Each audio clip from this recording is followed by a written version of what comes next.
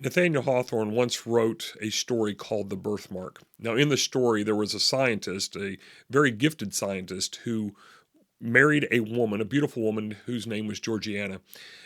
He believes that she is beautiful except for one thing. She has a birthmark, a small red birthmark shaped like a hand, very small hand on her cheek. He obsesses about removing the birthmark, even dreaming out loud about cutting it out of her face. And she would ask uh, about that, and ultimately she said that she would rather risk that than dealing with his obsession, his excessive obsession with the mark. So, being the highly skilled scientist that he was, he tries to concoct some sort of a chemical to remove the birthmark. He finally succeeds, and he shows Georgiana proof that it would work on some plants, remove some disease from a plant. She drinks the potion, and he watches the mark fade away. Well, when she wakes up, she looks in a mirror and she sees the mark fading. And as soon as the mark has fully faded, she dies. This story is a reminder for all of us about what is important to us. Really, it's a reminder about what we worship. The scientist in this story worshiped for perfection over beauty, and it cost him his love. It cost him his wife. For me, sometimes I wonder if I don't love the Bible more than I love God. A few years ago, I wrote a blog post on my personal blog about the difference between knowing God and knowing about God. And we might know a lot about God, but compared to what could be known, it's minute. Later, just a short time later, I was asked to preach in Kenya a message I wasn't planning on preaching. And so I just used this as my backdrop for a message and used the verses from Luke chapter 10, the story of Mary and Martha, and the story of how Mary sat at the feet of Jesus. In spite of everything that was to be done, Martha certainly knew about Jesus.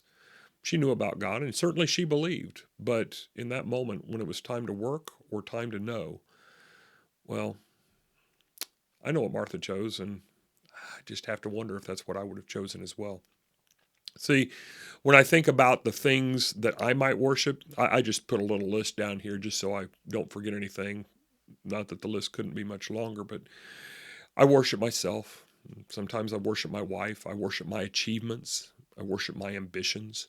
I worship my ministry. I certainly worship my time. And sometimes I worship the things of God.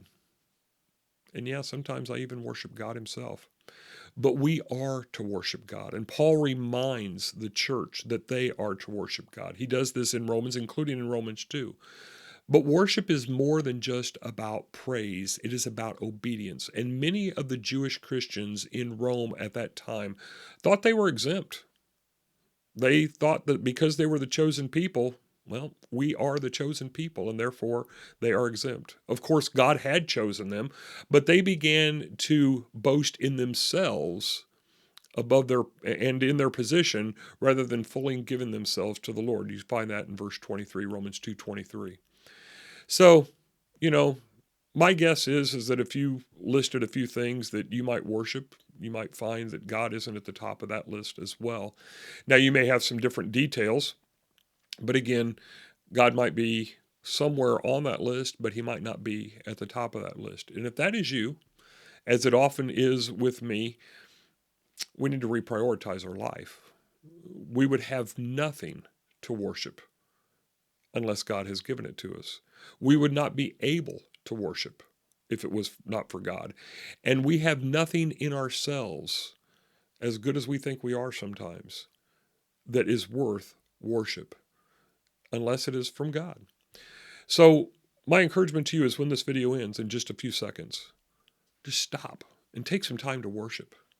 And as you do, I know the first thing that's probably going to go through your mind is as soon as I get through this video, I've got something else to do.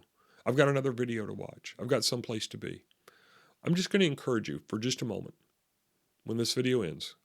Just stop and take a moment to worship. And if you're late for whatever's next, I'm sure God won't mind.